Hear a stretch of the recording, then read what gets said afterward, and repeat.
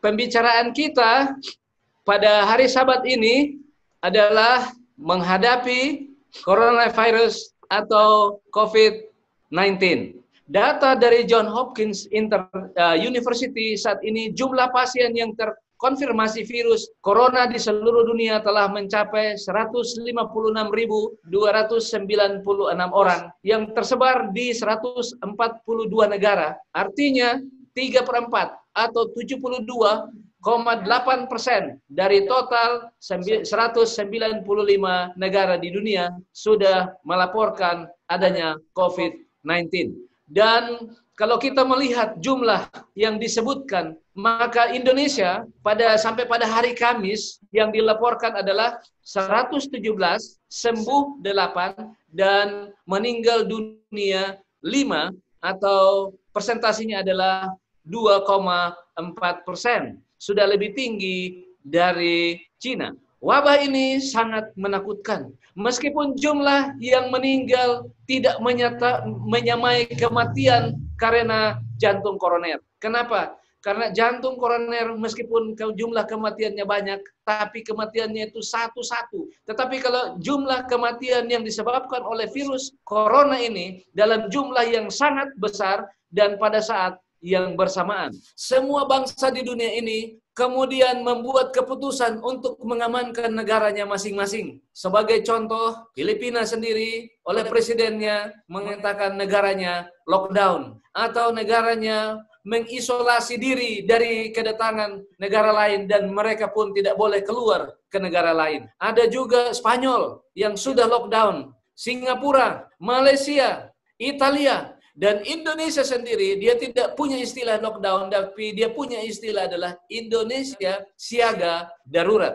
COVID-19 adalah singkatan dari coronavirus disease, karena munculnya tahun 2019 atau akhir 2019, makanya namanya COVID-19. Apa itu coronavirus? Secara sederhana, coronavirus merupakan keluarga besar virus yang menyebabkan penularannya pada manusia dan hewan. Dan pada manusia biasanya menyebabkan pada saluran pernapasan melalui flu. Itu yang kita kenal yang lalu, MERS, atau yang kita sebut dengan Middle East Respiratory. Alkitab menyebutkan tentang sebuah penyakit menular yang lebih menakutkan dari COVID-19 atau coronavirus. Apa nama penyakit itu? Di dalam Roma 5 ayat 12 menyebutkan, sebab itu sama seperti dosa telah masuk ke dalam dunia oleh satu orang, dan oleh dosa itu juga maut. Demikianlah maut itu telah menjalar kepada semua orang, karena semua orang telah berbuat dosa. Saudara-saudaraku yang kasih dalam Yesus Kristus, penyakit menular yang paling berbahaya dan lebih berbahaya dari COVID-19 adalah penyakit dosa. Ellen G. White, pelopor gereja Advent, menulis bahwa dosa merajalela di atas dunia ini bagaikan penyakit kusta. Alkitab menyebutkan dosa itu sebagai penyakit menular, bahkan lebih parah dari COVID-19, dari coronavirus. Apa solusi Alkitab dalam menangani penyakit menular seperti COVID-19, seperti kusta? Apa yang harus dibuat? Bagaimana cara menghadapi penyakit menular? Di dalam buku Imamat, mari kita buka Alkitab kita walaupun tertulis di sana. Tuhan berfirman kepada Musa dan Harun, apabila pada kulit seseorang ada bengkak-bengkak atau ada bintil-bintil atau ada pano yang mungkin menjadi penyakit kusta pada kulitnya, ia harus dibawa kepada Imam Harun atau kepada salah seorang dari anak-anak imam itu. Dan imam harus memeriksa bintil-bintil pada kulit itu. Dan kalau pada tempat penyakit itu terjadi berubah menjadi putih, penyakit itu kelihatan lebih dalam dari kulit, maka penyakit kusta lah itu. Karena orang itu harus dikurung dan menyatakan bahwa orang itu tahir. Jadi ayat yang keempat, tetapi jikalau ada yang ada pada kulitnya hanya pano putih dan tidak kelihatan lebih dalam dari kulit dan bulunya tidak berubah menjadi putih, maka harus mengurung orang itu 7 hari lamanya. Saudara, kata dikurung itu sama dengan kata isolasi. Kamus Bahasa Indonesia menyebutkan isolasi itu adalah pemisahan atau penghambatan. Jadi cara terbaik untuk menghadapi penyakit menular adalah isolasi atau pemisahan. Dipisahkan dari orang yang belum terpapar penyakit menular tersebut. Di rumah sakit disediakan ruang isolasi. Rumah sakit Advent sebelumnya punya 2 ruang isolasi. Tapi oleh karena menghadapi virus COVID-19, maka gubernur meminta supaya kita tambah 5 dan kita sedang siapkan 5 ruang isolasi. Upaya yang lain yang kita sebut dengan social distancing. Atau sama, ini adalah pemisahan, isolasi, pengurungan. Itu sebabnya hari ini kita kebaktian terpisah satu dengan yang lain oleh karena kita mau menghambat penularan daripada Corona-19. Kita mau supaya semua yang sehat tidak terpapar lagi dengan mereka yang sakit. Pada zaman perjanjian lama, mereka yang tertular atau terpapar penyakit menular akan diisolasi, akan dikurung, dipisahkan. Sebabnya karena tidak ada obatnya. Sama dengan COVID-19. COVID-19 itu tidak ada obatnya, masih belum ada obatnya. Yang ada adalah memperbaiki imun seseorang. Jadi untuk memperbaiki imun seseorang, maka orang itu harus diisolasi. Jadi Alkitab menyatakan isolasi orang tersebut. Pasien akan mendengarkan keputusan imam. Apakah hasil diagnosa imam penyakitnya itu negatif atau sudah positif terpapar? Maka kita dapat pelajaran dari sini bahwa penyakit menular yang sedang berkembang di dunia saat ini, yaitu COVID-19, dianjurkan supaya diisolasi selama 14 hari. Ini sangat sama dengan apa yang sudah disebutkan oleh Alkitab. Bahwa Alkitab sangat benar. Semua penyakit menular yang tidak ada obatnya, maka harus diisolasi setidaknya 14 hari. Nah, isolasi atau dikurung atau dipisahkan adalah cara terbaik untuk memutus virus atau wabah yang sedang merajalela. Wabah yang tidak punya obat.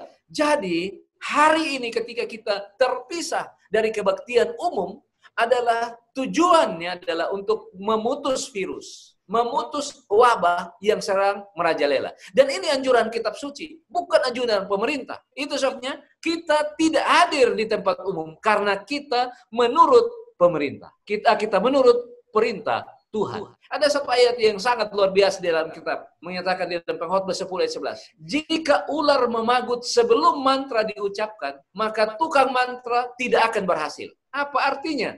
Artinya, isolasi lebih baik sebelum datangnya COVID-19. Isolasi lebih baik datang sebelum datangnya penyakit menular. Kalau sudah dihinggapi COVID-19, kalau sudah terpapar penyakit menular, bisa jadi isolasi sudah terlambat. Amin. Itu sebabnya kita perlu diisolasi sebelum kita terpapar. Yang kedua adalah kita harus datang kepada imam.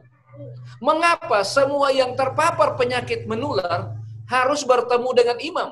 Saudara-saudara, menurut perjanjian lama, imam adalah perantara antara orang berdosa dan Allah. Di kemah suci. Jadi imamlah yang berdiri di tengah-tengah antara Allah dan manusia. Ketika ada manusia yang terpapar penyakit menular, maka dia datang bertemu dengan imam. Imam memohon kesembuhan kepada Allah. Kemudian Allah berbicara melalui imam dan imam menyampaikan itu kepada umat. Jadi imam di kemah suci padang belantara atau imam di kemah suci padang gurun adalah lambang dari imam besar kita, Yesus Kristus, yang membawa darahnya sendiri ke kemah suci di sorga untuk memohon pengampunan dan penyembuhan bagi kita. Sekarang Tuhan sedang memohon kepada Allah untuk menyembuhkan kita dari penyakit menular, baik itu virus corona maupun penyakit dosa yang mematikan itu. Kalau begitu, apa tanggung jawab kita sebagai orang Kristen? Tetapi kamulah bangsa yang terpilih, imamat yang rajani, bangsa yang kudus, umat kepunyaan Allah sendiri, supaya kamu memberitakan perbuatan-perbuatan yang besar dari Dia yang memanggil kamu keluar dari kegelapan kepada terangnya yang ajaib. Artinya sekarang ini kitalah imamnya. Kitalah yang bertanggung jawab untuk berhubungan langsung dengan Tuhan. Datang kepada Tuhan untuk memohon penyembuhan dari virus yang menyebar dan menular dan mematikan ini. Bagaimana caranya kita datang kepada Yesus? Caranya adalah dengan berdoa. Matius 6 ayat 6 menyatakan, tetapi jika engkau berdoa, masuklah ke dalam kamarmu, tutuplah pintunya, dan berdoalah kepada Bapamu yang ada di tempat tersembunyi. Maka Bapamu yang melihat, yang tersembunyi, akan membalasnya kepadamu. Saudara-saudara, apa yang dituliskan di dalam Matius 6 ayat 6? Masuk ke dalam kamarmu, tutup pintumu. Ini adalah isolasi juga. Jika penyakit menular itu datang, isolasi dirimu. Tapi bukan diam-diam, bukan tidur-tiduran ketika isolasi diri, tetapi berdoa, memohon kepada Bapa di sorga untuk memutus virus COVID-19, untuk memutus virus dosa. Maka kita perlu masuk ke dalam kamar, perlu isolasi diri untuk memohon kepada Tuhan. Jadi, ketika penyakit menular datang, masuk ke dalam kamar, isolasi dirimu untuk memohon pengampunan dan kesembuhan dari sorga. Untuk masalah-masalah tertentu, kita perlu sendirian dengan Tuhan. Kita perlu sendirian dengan Yesus. Kita perlu isolasi. Kita perlu pemisahan. Sehingga kita boleh mendapatkan kesembuhan. Matius 14 ayat 23. Dan setelah orang banyak itu disuruhnya pulang, Yesus naik ke atas bukit untuk berdoa seorang diri. Ketika hari sudah malam, ia sendirian di situ. Yesus yang datang melayani orang-orang sakit, melayani orang-orang berdosa, melayani mereka yang sakit kusta, penyakit yang menular. Tiba saatnya Yesus sendiri memisahkan dirinya untuk berdoa, berhubungan dengan Bapanya, sehingga ia dapat memutus semua penyakit yang menular itu terjangkit kepada orang lain. Bapak, Ibu, saudara-saudara sekalian, hari ini kita harus belajar dari Yesus Kristus untuk memutus virus COVID-19 supaya tidak menyebar lebih luas. Dan Rumah Sakit Advent Medan harus menjadi kepala di dalam memutus virus ini. Rumah Sakit Advent Medan harus berdiri paling depan dalam memutus virus ini. Itu sebabnya ketika kita terisolasi, ketika kita terpisah di rumah masing-masing, jangan lupa bergumul di dalam doa untuk memutus virus ini. Karena kitalah kepala untuk memutus virus ini. Apa kata Alkitab? Matius 17 ayat 21. Jenis ini tidak dapat disembuhkan kecuali dengan berdoa dan berpuasa. Apa artinya? Kita sudah melakukan hal yang benar, yaitu berdoa dan berpuasa di rumah. Isolasi, menyendiri, berdoa supaya putuslah virus ini. Jangan kita biarkan. Di rumah jangan banyak nonton yang lain, tapi berdoa untuk memutus virus ini. Jangan baca buku yang lain, baca Alkitab, memohon kepada Tuhan untuk memutus virus ini. Kalau menyanyi, jangan nyanyi lagu yang lain, tapi nyanyi lagu tentang Tuhan Yesus yang akan memutus virus ini. Amin. Mari kita berdoa bersama-sama agar wabah COVID-19, wabah dosa boleh berakhir dengan segera. Tuhan Yesus, sumber kesembuhan itu, akan memberikan kepada kita semua, melindungi kita semua sampai hari Maranatha.